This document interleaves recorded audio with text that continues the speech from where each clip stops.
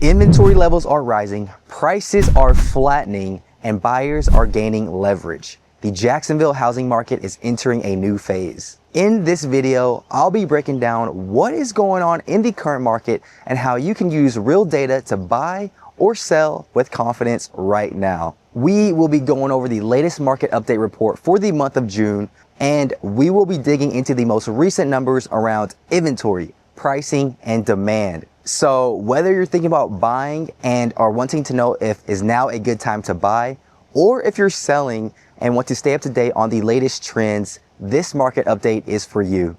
Hi there, if you are new to this channel, my name is Steven, your Northeast Florida guide. I keep an eye on the market so you don't have to, and my goal is to help you stay up to date on all things Jacksonville and its surrounding areas. Now without further ado, let's get into the video.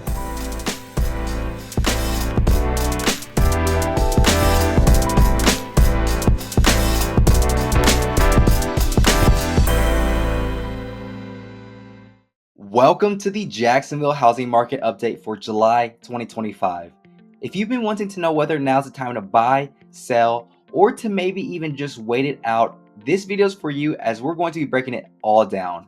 We're going to take a dive a little deeper into the numbers to help you understand where the market is at and where it's heading. So without further ado, let's jump in. Okay, so here is what we'll cover. Now, before I get into this, I just want to say that this market update report will be focusing primarily on single-family homes in the 5 major counties in Northeast Florida, that being Baker County, Clay County, Nassau, St. Johns, and of course, Duval County. And all the numbers in this market report comes directly from realMLS, which is the official MLS for Northeast Florida. And these are the 4 major points that we'll be covering.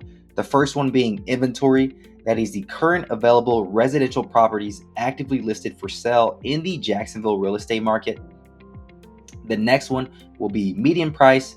That is the midpoint of all homes sold, meaning half of the homes sold for more and half the homes sold for less.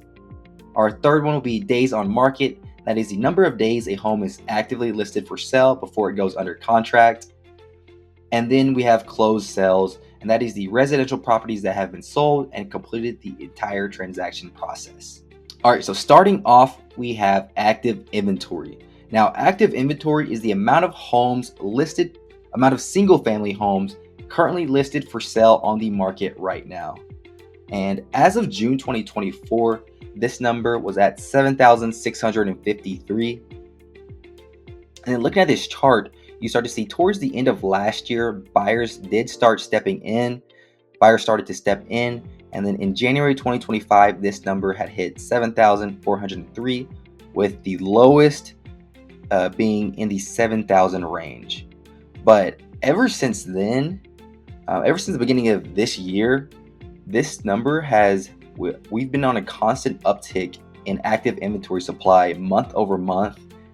To the point where we're at 8,756 as of June 2025. And that is a 14.4% increase compared to last year. Now, typically in the past, we would see active inventory supply, come up towards the beginning of the year. And then we usually start to see it trickle down into the summer and towards the fall months. But it doesn't seem like that will be the case this year. So yeah, we'll definitely have to keep an eye on this chart moving forward. Now, the median home price is the midpoint of all the homes sold during a specific period of time, meaning that half the homes sold for more and half the homes sold for less. Now, for June 2024, the median home price was at $405,000.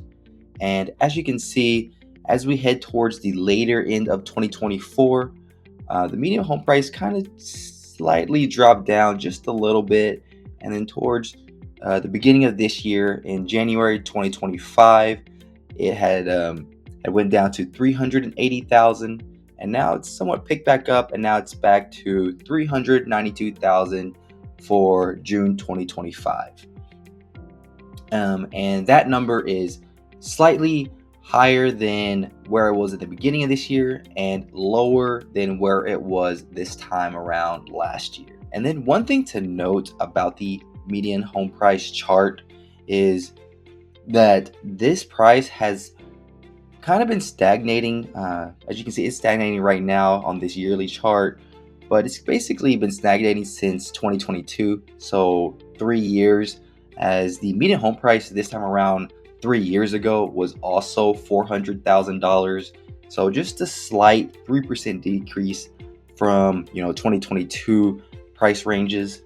And then another thing to know is now that we know the active inventory and where it is trending, if we do see a constant steady uptick, with the current trend that's going right now with increase in active inventory supply, I do expect the median home price to come down just a little bit more. So that's another thing that we should, stay on top of and just keep an eye on. Moving on, we have days on market. Now, days on market is a key indicator that shows how quickly homes are selling in our current market. And so, for example, shorter days on market typically means strong buyer demand. Meanwhile, on the other side, longer days on market typically means a slower market. As you can see on this current chart right now, in June 2024, we had an average of 30 days on market. Now, this number towards the end of 2024 started to rise, and then in January of 2025, this number had hit 51 days on market. So you can see that buyer demand started to slow down towards the beginning of the year.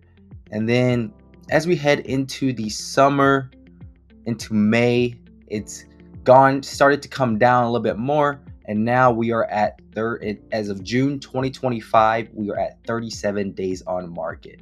So on average throughout the year, we're around, that 42-ish average days on market for the entire year. And then we have closed sales. These are homes that went through the entire transaction process and actually ended up selling. This is one of my favorite indicators when checking buyer activity. So looking on the chart here, in June 2024, the amount of homes sold was at 1,967. In January 2025, this number had dropped all the way down to 1,184. Now, that is the lowest that we've been all year, and that's a pretty steep drop, right? Around a 40% drop from June 2024.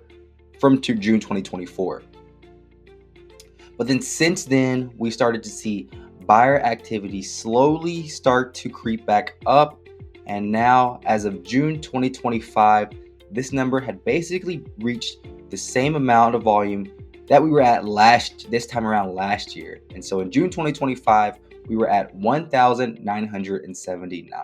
And so with inventory levels rising, that is opening up the door for better deals. And so that is what we're starting to see. More buyers beginning to catch on and taking advantage of that opportunity. Now let's take a look at some other key factors. So first one up, we have months of inventory. Now, months of inventory means how long will it take for all of our current active inventory to sell if no other homes were to be listed onto the market. And so as of June 2025, this number is at 4.4. Now, anything in the 4 to 6 months of inventory range is considered a neutral market. Now, in the past few years, we've been in a seller's market, and so it's been below that 4, it's been that 2 to 3 months of inventory range. So we're finally starting to, get into a neutral market and maybe even leaning towards a buyer's market.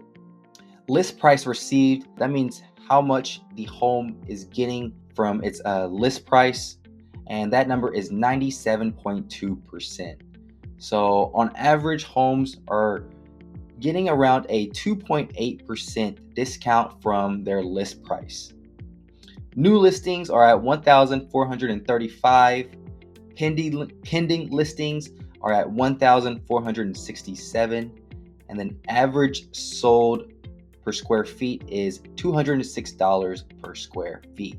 Now let's take a quick glance at the current mortgage rate. Now over the past year, we've kind of just been hovering around that 6.8 to 7% range. Now if mortgage rates drop, we'll likely see a surge in buyer demand. And with increased demand, home prices may tick back up. So while lower rates might seem like a great reason to wait, it will bring back more competition. So if you're planning to buy, acting before that shift can mean more buying power and less pressure. That is why I always tell buyers to date the rate and marry the home. Because if rates drop later, you can always refinance. But on the other hand, if prices go up, there's no guarantee on whether you'll be able to get that same home or deal again. Now that we went through the market report, what does this mean for buyers? So for you buyers out there, right now we have more inventory than we've ever had in the past few years, and more inventory means more choices. So right now you have plenty of options to choose from. And on top of that, sellers are willing to negotiate. Right now, sellers are willing to offer concessions, and we're seeing some great deals and opportunities out there right now. And then the third one is less competition. So when you're buying a home right now, you're not having to get in constant bidding wars, and you're able to buy with much less pressure. All right, now moving on to what this means for sellers. So for you sellers out there, right now, it is best to make sure you are pricing strategically from day one. And if you don't do this correctly, this could mean, your home being on the market for 30 to 60 days longer than what it should be, and possibly having to cause, price reductions and stuff like that. And then the next one is invest in presentation. Right now for resellers out there, it's a really competitive market. So it's a beauty contest. So you have to make sure your home is the best home in the neighborhood. And then the third one is you have to ask yourself, why do you want to sell? Meaning, is there other options that you explore? For example, possibly just renting out the home for some time until, maybe prices start to go back up. We see interest rates drop. You just have to figure out your situation and figure out if you have more options than to just sell right now. All right, so that wraps up this month's market report. I hope this video helped and gave you a better understanding as to where the market is at. Now, if you have any other questions or are planning on making the move down here to the Northeast Florida region, I have my contact information on the screen right now, as well as it'll be in the description down below. So feel free to reach out to me, and I'd be more than happy to help however I can. And if you do like these type of style of videos, I will be sending out monthly market reports. So please be sure to like, subscribe, and hit that bell so you don't miss out on a single video. Now, until next time, I'll see you guys on the next one.